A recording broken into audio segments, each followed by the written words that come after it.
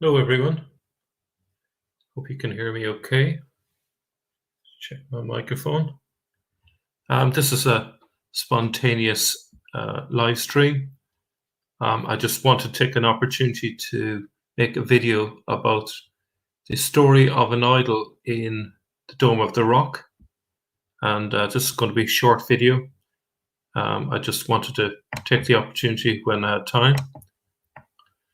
Right, so as I said, this is going to be a pretty short video.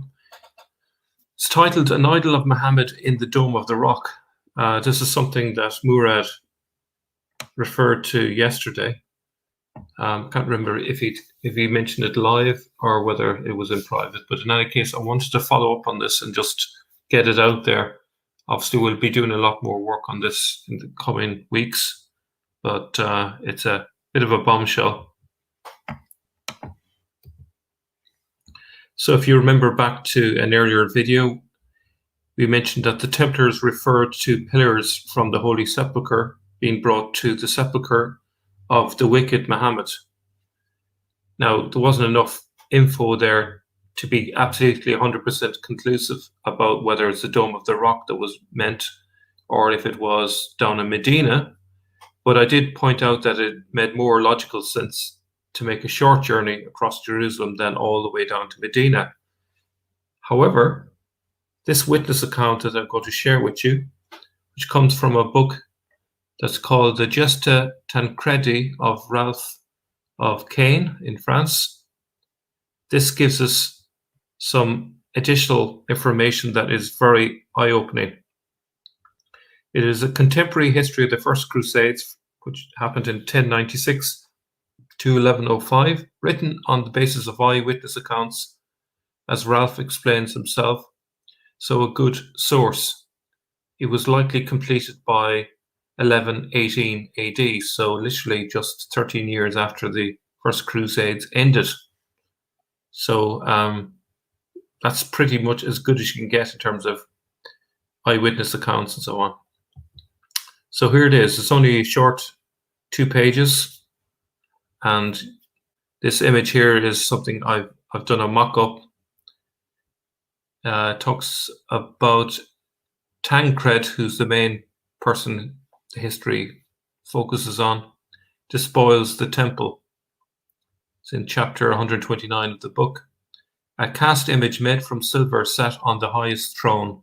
It was so heavy that 6 men with strong arms could barely lift it, and 10 barely sufficed to carry it. When Tancred saw this, he said, "Alas, why is this image here which stands on high? What is the purpose of this image with its gems and gold? What is the purpose of this purple cloth?" For it was an image of Muhammad, entirely covered with gems, purple cloth, and shining with gold. Now, remember, this is in the 12th century, the beginning of the 12th century. Perhaps it is a statue of Mars or Apollo, for it could never be Christ. There are no insignia of Christ here, no cross, no crown, no key, no pierced side. Therefore, this is not Christ, but rather the first Antichrist, the depraved and pernicious Muhammad. If only his comrade were here, would that he came. Who he's referring to, I'm not sure. Perhaps is he referring to the Caliph at the time? He says, "For my foot would crush both of the Antichrists here. Alas, alas, the fellowship," pardon me for the noise in the background.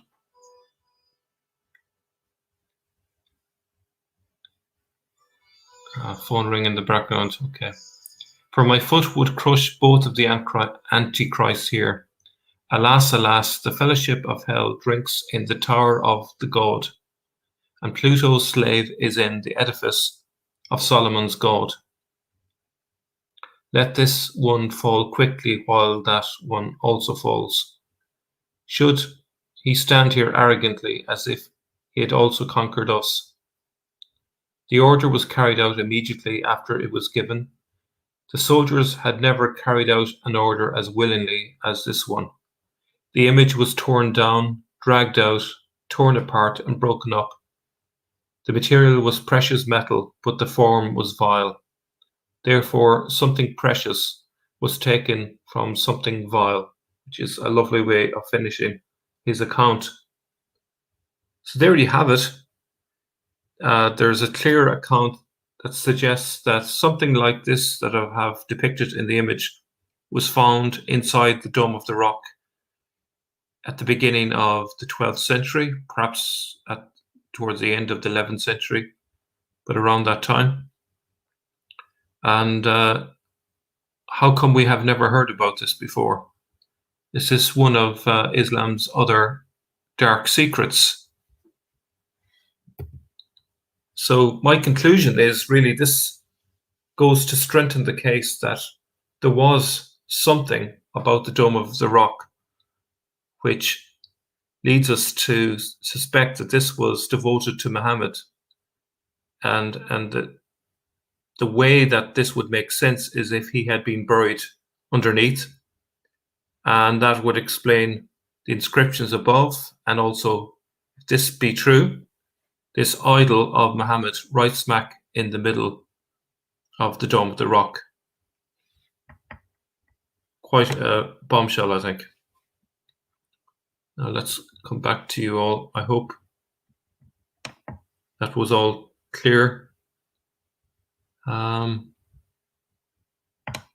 What did you make of all that?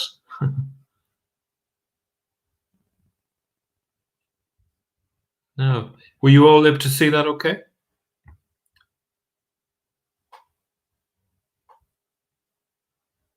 I don't see any reaction to that. So if one of you could just let me know. Oh yeah, Austin, thank you very much. A thought image of Muhammad were banned from early on. Well, this is the story we've been told all along, but this would suggest that everything isn't as it seems. We're all familiar with the hypocrisy that goes on among some members of the Taoist community, we'll put it that way. Would this be the reason why Jerusalem was rejected, that it had become a place of idol worship? I've no idea. I'd like to find out more. I'm just throwing it out there, getting your thoughts and feedback and so on. But obviously we're going to be looking into this a bit more, and I think the various histories of the Templars would be an interesting place to do further research to see if anything else was discovered. The Templars were in a unique position in that up to the time they arrived, the Muslims there could keep this pretty much private and do what they liked, and there were no prying eyes. But when they got inside the temple in the Dome of the Rock, they were obviously able to see what was meant to be kept a secret. Obviously, a further analysis will need to be done, and people will need to assess these accounts to see if they're credible. But to my view, at least, to my mind, they seem very credible. So that's it. Going to leave it at that. Try and keep it nice and short and sweet. Thank you all for dropping by. Talk to you all very soon.